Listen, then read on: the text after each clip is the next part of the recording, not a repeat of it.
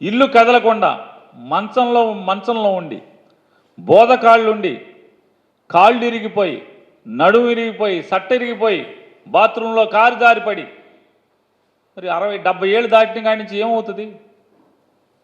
పాస్కి వెళ్తేనో లెట్రిన్కి వెళ్తేనో బాత్రూంలో పడిపోయేటువంటి నడువులు ఇరిగిపోయి తుంటి ఎముకలు ఇరిగిపోయేటువంటి ఎంతమంది వృద్ధులు వాళ్ళ మంచాల్లో ఉంటున్నారు? వాళ్ళందరూ ఉసురు నువ్వు పోసుకోవా?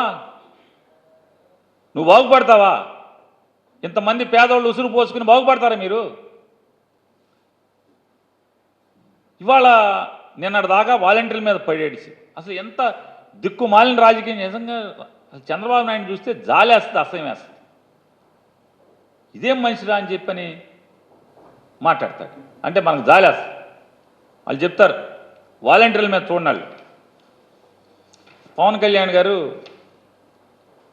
ఈనాడు ఏలూరు 2023 జూలై 12, ఇంకా సంవత్సరం కూడా అవలా, పట్టుమని 10 మాసాలు కూడా గడవలా. అంటే అదొక 4 నెలలు, ఇదొక 3 నెలలు, 7 మాసాల క్రితం వాలంటీర్ల వ్యవస్థ నడుము విరగ్గొడతాం,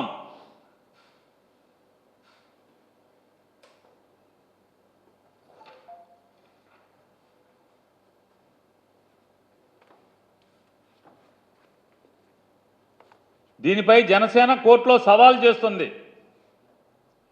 వాలంటీర్ల వ్యవస్థ గురించి మేము వచ్చి నడుము విరగ్గొడతాం వాలంటీర్లకి. ఇది పవన్ కళ్యాణ్ గారు.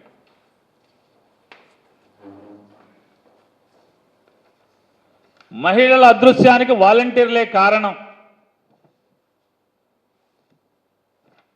ఇదెప్పుడు 10 జూలై, దానికి 2 రోజుల ముందు పట్టుమని 7 మాసాలు ఒంటరి అతివల సమాచారాన్ని సంఘ విద్రోహ శక్తులకు ఇస్తున్నారు.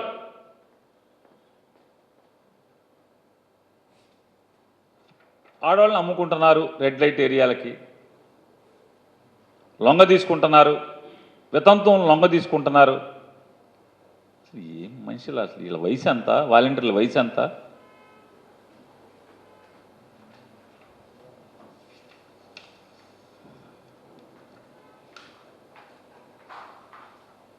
జగన్ అధికారిక పెగాసస్ వాలంటీర్లు అంటే ఇజ్రాయెల్ సాఫ్ట్వేర్ పెగాసస్ ఉంది కదా, ఇప్పుడు తెలంగాణలో కుదిపేస్తుంది.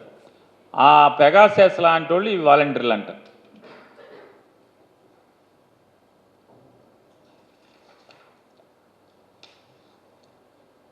ఈ కింద బయలుదేరాడు.